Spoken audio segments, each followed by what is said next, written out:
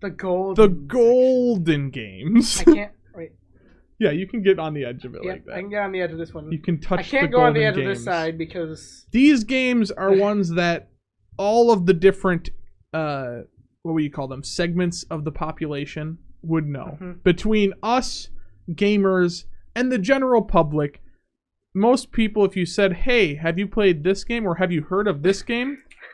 That is something that they'd be like, yes, I love that game. Or yes, I've heard of that game. So-and-so plays it. Or yes, I've totally heard of that game. I read something about it. Like, these games are ones that go beyond the gamer spectrum, if that makes sense.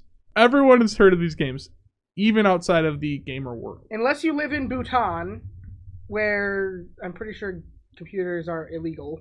Oh, okay. Unless they've changed laws. But unless you live in Bhutan, you've probably heard of these. And these games include what, Joe? At least from the list that we've put together.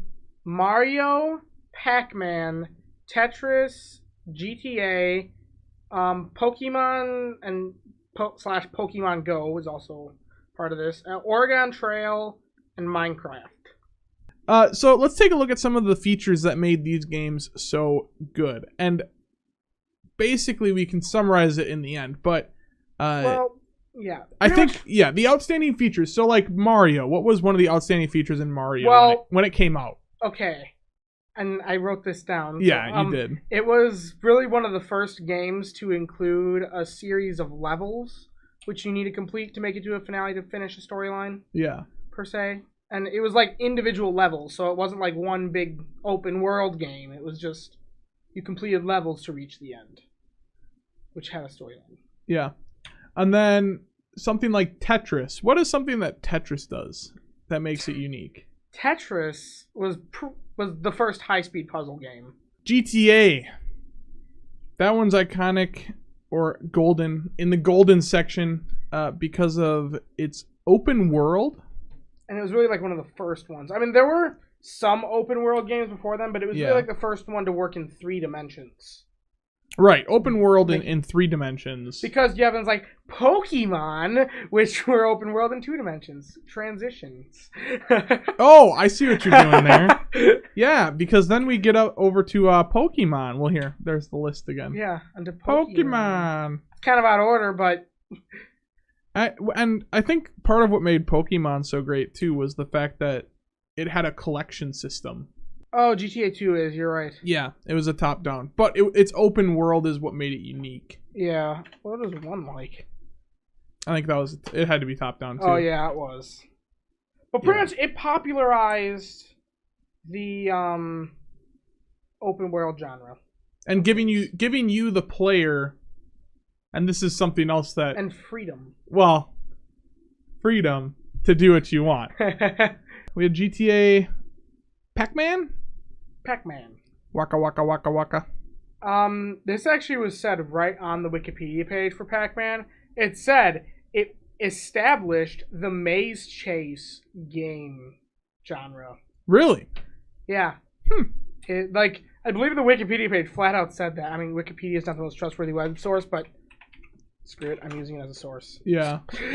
They've become more credible. Yes, they've been better. But apparently it was also called Puck-Man when it was first released. I can see that. I mean, he kind of looks like a hockey puck. Puck, yeah. I wonder why they changed it to Pac-Man. Because he's packing away the pills. It doesn't really say on this site. I would guess accents slowly changing it, but... When it comes to these golden games, they kind of all have something in common. In the fact that they all established some new type of concept. Well, and wait, we didn't go through what Oregon Trail established, but okay. But beside the point, Joe's going into extra research 1971. here. Essentially, what we're saying is something that separates these golden games from all the other games that make them blow up and make them so popular is that they innovate. They make new concepts and they have different things involved in their game that haven't been seen before. You see that with something like Minecraft, where you have an infinitely generating world.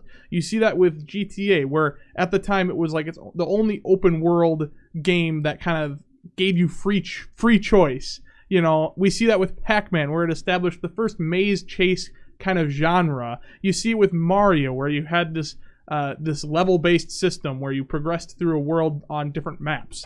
So you're seeing this with other concepts of gaming involved, obviously, like a good story and good mechanics and all that, all incorporated.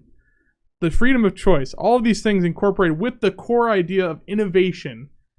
That's really what makes these games blow up and makes a game good. Right, Joe? Mm-hmm. Now, so yeah, pretty much what we can say is that the thing that they all share that makes them that is the fact that they don't fit in anywhere else. Their uniqueness is what makes them great. The best way to make a great game is to make it its own. Is to make it unique. To make it unique.